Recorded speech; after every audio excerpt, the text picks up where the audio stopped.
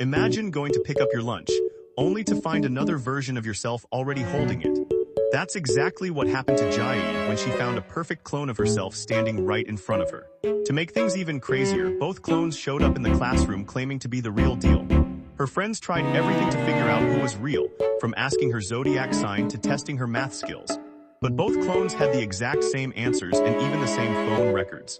Desperate for answers, they asked the ultimate question: does Jai actually like me? One clone snapped, calling him crazy, while the other blushed. Boom, that's how they found the real one.